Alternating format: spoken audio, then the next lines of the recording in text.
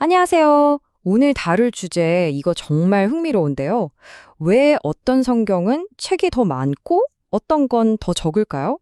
특히 왜 개신교 성경은 딱 66권일까요? 이게 그냥 단순한 역사 퀴즈가 아니고요. 믿음의 뿌리를 건드리는 권위에 대한 아주 깊은 이야기거든요. 자, 한번 제대로 파고 들어가 보죠. 여러분도 아마 들어보셨을 거예요. 카톨릭 성경에는 개신교 성경에는 없는 책들이 더 들어있다는 거예요. 우리가 보통 외경이라고 부르는 책들이죠. 아니, 대체 이 차이가 어디서 온 걸까요? 이건 그냥 책 몇 권 더하고 빼는 그런 단순한 문제가 아닙니다. 이 질문 깊숙한 곳에는 훨씬 더 근본적인 문제가 숨어 있어요. 네, 맞아요. 바로 이겁니다. 진짜 싸움은 어떤 책이 성경에 들어가야 해가 아니에요. 진짜 질문은 도대체 무엇이 성경에 그 권위를 주는가 이거죠. 다시 말해서 성경의 권위가 어디서 오느냐는 거예요. 결국 이 권위가 어디서 오느냐 이걸 두고 두 개의 거대한 관점이 쫙 갈리는 겁니다. 이게 바로 오늘 이야기의 핵심입니다. 자, 첫 번째 파트입니다. 권위의 원천. 성경의 최종 권위를 누가 확증하는가? 이걸 두고 완전히 다른 두 가지 견해가 있는데 지금부터 한번 살펴보겠습니다. 자, 이 표를 한번 보세요. 두 관점이 정말 명확하게 갈리죠? 한쪽은 교회가 회의를 통해서 이 책들이 바로 성경이다라고 결정했다는 거예요. 그러니까 교회가 성경의 권위를 만들어줬다는 입장인 거죠. 반대쪽은 정반대입니다. 성경은 원래부터 신적인 권위를 스스로 가지고 있었고, 교회는 그저 그 권위를 발견하고, 아, 이게 하나님의 말씀이 맞구나 하고 인정했을 뿐이라는 거예요. 우선 카톨릭의 전통적인 관점, 교회의 증거라는 개념부터 볼게요. 쉽게 말해서 교회가 성경의 어머니 같은 역할을 했다는 거예요.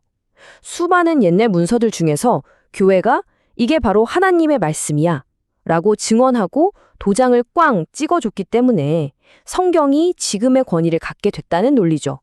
기관이 텍스트의 권위를 보증하는 겁니다. 자, 그런데 종교개혁 전통, 그러니까 개혁주의 관점은 완전히 다릅니다. 수아 아우토피스토스라는 개념을 내세우는데요. 스스로 증명한다는 뜻이에요. 성경의 권위는 교회나 어떤 사람이 주는 게 아니라 하나님에게서 직접 왔기 때문에 성경 자체가 스스로 내가 하나님의 말씀이다 라고 증명한다는 거죠. 이 관점에서 교회는 권위를 주는 심판관이 아니라 그 권위를 알아보는 증인일 뿐입니다. 자, 그럼 이런 관점의 차이가 실제 책 목록에는 어떻게 영향을 미쳤을까요? 특히 개혁주의 전통에서는 어떻게 봤는지 한번 살펴보죠. 이 표를 보시면 고대 문서들을 크게 세 가지로 나누는 걸 볼 수 있는데 앞으로 우리가 살펴볼 사건 파일들을 이해하는 데 아주 중요해요. 첫째는 영감받은 하나님의 말씀인 정경. 둘째는 역사적으로는 유용하지만 신적인 영감은 없고 오류도 있는 외경. 그리고 셋째는 아예 신앙을 해치는 위험한 위경입니다. 자, 그럼 첫 번째 사건 파일부터 열어보겠습니다. 바로 외경이죠. 카톨릭 성경에는 있는데 개신교 성경에는 빠진 바로 그 책들. 왜 이 책들을 뺐는지 그 신학적인 이유를 한번 깊이 파헤쳐 보겠습니다. 개혁주의 전통에서는 외경을 뺀 게 그냥 책이 많아서 줄인 게 절대 아니라고 말해요. 그들은 외경의 가르침이 66권 정경의 핵심 가르침과 정면으로 충돌한다고 주장합니다. 대체 어떤 충돌이 있었길래 그랬을까요? 자, 첫 번째 증거를 한번 보시죠. 외경인 마카베오 하서에 나오는 구절인데요. 죽은 사람들을 위해서 속죄 제물을 바쳤다는 내용입니다. 이게 바로 카톨릭의 연옥교리나 돌아가신 분들을 위한 기도에 아주 중요한 근거가 되는 구절입니다. 그런데 말이죠. 66권 정경에 속한 히브리서를 딱 펴보면 이야기가 달라집니다. 사람은 한 번 죽고 그 다음엔 바로 심판이 있다는 거예요. 그럼 죄를 씻는 중간 단계, 그러니까 연옥이 들어갈 자리가 없잖아요? 여기서 두 가르침이 정면으로 꽝 부딪히는 거죠. 구원 문제로 가면 이 충돌이 더 선명해집니다. 외경인 토비키에서는 자선 같은 선한 행위가 죄를 씻어준다고 말하거든요. 그런데 에베소서에서는 구원은 우리 행위에서 나는 게 아니라 오직 은혜와 믿음으로 받는 선물이라고 못을 박아 버립니다. 이건 종교개혁의 핵심 슬로건 오직 믿음하고는 완전히 반대되는 이야기죠. 이런 신학적 논쟁의 역사적인 배경을 더하면 그림이 더 명확해져요. 카톨릭 교회가 자, 이제부터 외경도 우리 공식 성경입니다 하고 딱 선포한 게 바로 1546년 트렌트 공의회거든요. 종교개혁이 시작된 지 얼마 안 된 시점이죠. 그래서 개혁주의 쪽에서는 이걸 보고 아하, 우리 종교개혁에 맞서서 자기들 교리를 방어하려고 외경을 끌어들인 거구나 이렇게 해석하는 거예요. 물론 카톨릭 쪽에서는 아니 원래 있던 우리 전통을 공식적으로 다시 확인한 것뿐이다 라고 하고요. 자, 이제 두 번째 사건 파일로 넘어가 보죠. 바로 위경입니다. 이건 외경보다 훨씬 더 이야기가 심각해져요. 왜 그랬을까요? 위경들 뒤에는요, 영지주의라고 하는 아주 독특한 사상이 깔려 있어요. 아주 간단히 말하면 영적인 건 선하고 물질적인 건 악하다. 이렇게 세상을 둘로 딱 나눠버리는 생각이에요.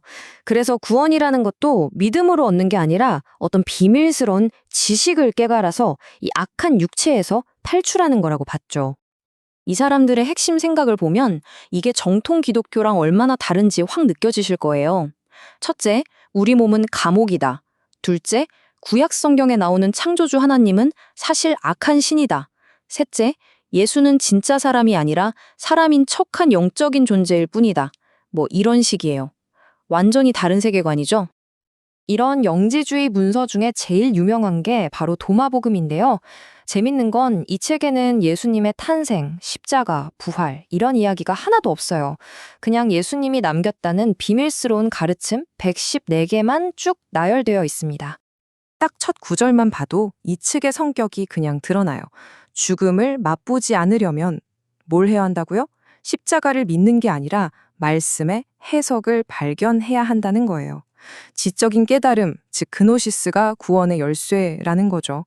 이건 구원을 믿음, 피스티스의 문제로 보는 기독교하고는 출발점부터가 다른 겁니다. 자, 그럼 이제 정리를 좀 해볼까요? 외경과 위경, 이 두 사건 파일을 통해서 왜 개혁주의 전통이 66권이라는 선을 그렇게까지 중요하게 생각했는지 그 이유를 한번 종합해 보겠습니다. 이 슬라이드가 그 이유를 아주 잘 요약해 주는데요. 개혁주의 관점에서 보면 이 두 종류의 책들은 서로 다른 방식으로 복음의 심정부를 공격하고 있다는 거예요. 첫째, 위경은 예수님이 진짜 인간이었다는 것과 그분의 죽음 자체를 부정하면서 그리스도의 정체성을 공격하고요. 둘째, 외경은 연옥이나 행위구원 같은 걸 이야기하면서 그리스도 한 분만으로 구원이 충분하다는 그 충족성을 약화시킨다는 거죠. 그러니까 66권만 정경으로 고수하는 건 결국 오직 그리스도, 오직 믿음이라는 이 복음의 핵심을 지키기 위한 일종의 신학적인 방어선이었던 셈이죠. 이 관점에서는 66권의 책들이 모두 다 이 핵심을 향해서 한 목소리를 내는 아주 통일성 있는 이야기라고 보는 거고요. 그래서 이분들에게 숫자 66은 그냥 책의 개수가 아니에요. 이건 바로 완전하고 충분하고 더 이상 보탤 것이 없는 하나님의 계시, 즉 완결된 이야기를 상징하는 숫자인 겁니다. 자, 그럼 맨 처음 질문으로 다시 돌아가 볼까요? 이 관점에서 보면 66권 성경은 그냥 사람들이 모여서 자, 이 책, 저 책 넣자 해서 만든 책 목록이 아니라는 거예요. 오히려 하나님이 영감을 주셔서 스스로 권위를 증명하는 책들의 모음이고 교회는 성령의 도우심으로 그걸 알아보고 아, 이것이 하나님의 말씀이구나 하고 받아들인 하나의 살아있는 유기체라는 거죠. 결국 성경의 권위가 어디서 오는가? 교회의 선포에서 오는가? 아니면 성경 자체에 내재된 신성함에서 오는가? 이 질문은 정말 수세기 동안 신학과 역사를 뒤흔든 거대한 질문입니다. 오늘 우리는 왜 개신교 전통이 66권이라는 경계선을 긋고 그것을 지키려고 했는지 그 신학적인 논리를 따라가 봤습니다. 그렇다면 하나의 책이 스스로의 증인이 된다는 건 과연 무슨 의미일까요? 이 묵직한 질문을 여러분께 던지면서 오늘 이야기 마치겠습니다.